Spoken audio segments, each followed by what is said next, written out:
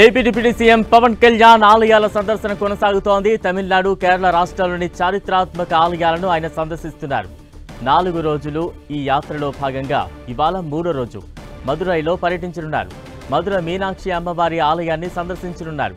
ఇక నిన్న తమిళనాడులోని కుంభకోణంలోని శ్రీ ఆది కుంభేశ్వర స్వామిని దర్శించుకున్నారు. ఆలయ సంప్రదాయం మేరకు పవన్ కళ్యాణ్ ఆది వినాయకుడిని మొదట పూజలు చేశారు. అనంతరం శ్రీ ఆది కుంభేశ్వరునికి ప్రత్యేక పూజలు నిర్వహించారు.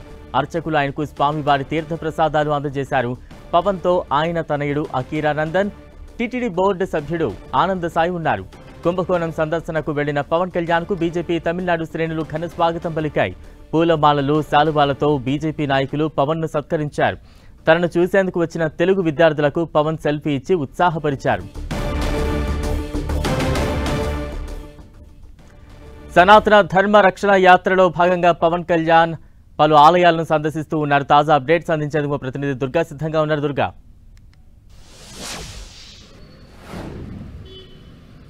జనసేన అధినేత AP deputy CM Pawan Kalyan 3వ రోజు ఈ రోజు ఆలయాల సందర్శన యాత్రని కొనసాగించబోతున్నారు. ఈ రోజుతో ఈ 3 రోజుల యాత్ర అనేది ముగుస్తుంది. షష్ఠ షణ్ముఖ ఆలయాల యాత్ర పేరుతో ఈ యాత్రను చేపడుతున్నటువంటి పవన్ కళ్యాణ్ ఇటు కేరళతో పాటు తమిళనాడు రాష్ట్రంలో ఉన్నటువంటి పురాతన ఆలయాలన్నింటి కూడా సందర్శిస్తున్నారు. ఈ రోజైతే మదురైలో ప్రస్తుతం అయితే పవన్ కళ్యాణ్ ఉన్నారు.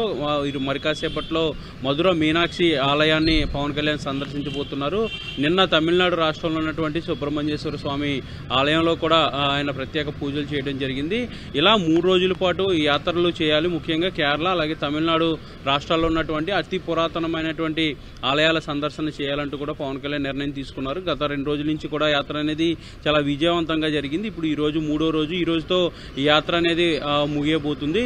అయితే ఈ రోజు మధుర మీనాక్షిని అమ్మవారిని దర్శించుకున్న తర్వాత పవన్ కళ్యాణ్ నేరుగా అక్కడి నుంచి మంగళగిరికి రాబోతున్నట్టుగా మనకి సమాచారం అవుతుంది. రేపటి నుంచి పరిపాలనా వ్యవహారాల్లో ఆయన చురుగ్గా ఉండే అవకాశాలు కనిపిస్తాయి. ఎందుకంటే బడ్జెట్ సమావేశాలు కూడా రాబోతున్నాయి కాబట్టి దానికి సంబంధించినటువంటి ప్రిపరేషన్ సమావేశాలు కూడా పవన్ కళ్యాణ్ నిర్వహించబోతున్నారు. తర్వాత 23వ తేదీన జనసేన పార్టీ శాసనపక్ష సమావేశం కూడా నిర్వహించేందుకు అన్ని ఏర్పాట్లు చేశారు. అయితే ఈ సనాతన ధర్మ పరిరక్షణ బోర్డు ఏర్పాటు చేయాలంటూ కూడా పవన్ కళ్యాణ్ చాలా రోజుల నుంచి డిమాండ్ చేస్తున్నారు. ఇందులో భాగంగానే యాత్రలు కూడా చేస్తున్నారు. ఈ యాత్రలో ప్రతి చోట కూడా సనాతన ధర్మానికి సంబంధించి అక్కడ లోకల్గా వెళ్ళినటువంటి మీడియాతో కూడా ఆయన మాట్లాడుతున్నారు. సనాతన ధర్మ పరిరక్షణ బోర్డు ఖచ్చితంగా ఉండాలి, దేశ రక్షణ కోసం సనాతన ధర్మం రక్షించాలంటూ కూడా పవన్ కళ్యాణ్ నినాదాన్ని తీసుకుంటూ ఈ యాత్రలు చేపడుతున్నారు. 3 రోజుల పాటు జరిగినటువంటి యాత్ర ఈ రోజుతో ముగియబోతుంది. Balram. Right, thank you Durga.